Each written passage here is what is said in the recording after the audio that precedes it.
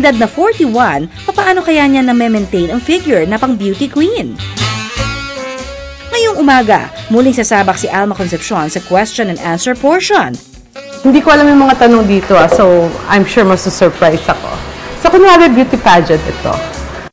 Paano naman kaya ihahandle ni Alma ang mga kontrobersyal na tanong? Para sa akin, pinagsisisihan ko yung pagiging reckless ko ng bata ako.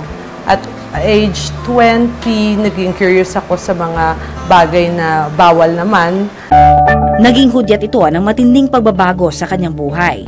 Pero matapos ang tila pagkakadapa, muling bumangon si Alma.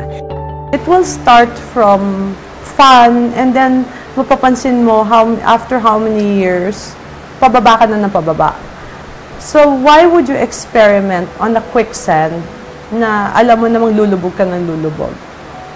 Bibihira lang yung story ko na nakaka-recover. I hope lahat merong chance. But don't go there anymore kasi sayang naman yung buhay. What keeps me healthy is my lifestyle.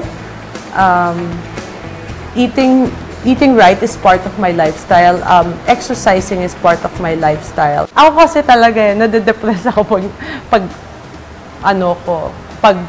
overweight ako. At ang kanyang paborito, ang oatmeal arroz caldo. Quick and easy ang recipe na ito. Ilagay ang mga sumusunod na sangkap sa kaserola. Bawang, sibuyas, luya, manok, ang oatmeal at tubig.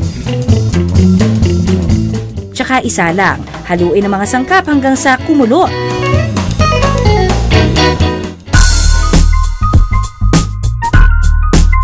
At ready to serve na ang oatmeal arroz caldo.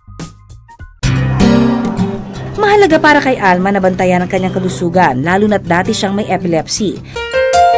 Payo niya sa mga may epilepsy, umiwas sa mga pagkaing mamantika. Mag-ehersisyo. Maglaan ng sapat na oras para sa tulog. At regular na uminom ng gamot at kumonsulta na rin sa doktor. Ang mga ito ang pinaniniwalaan ni Alma kung bakit matagal na raw siyang di inaatake ng kanyang sakit. Anak ko, my life revolved around him until now. Ano naman kaya ang sikreto ng busy mommy na si Alma sa pagpapaganda?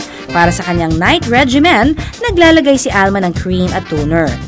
Kailangan din daw tutukan ng dieta. Mainam daw na kumain ng prutas at gulay araw-araw. Samahan na rin ng vitamins and health supplements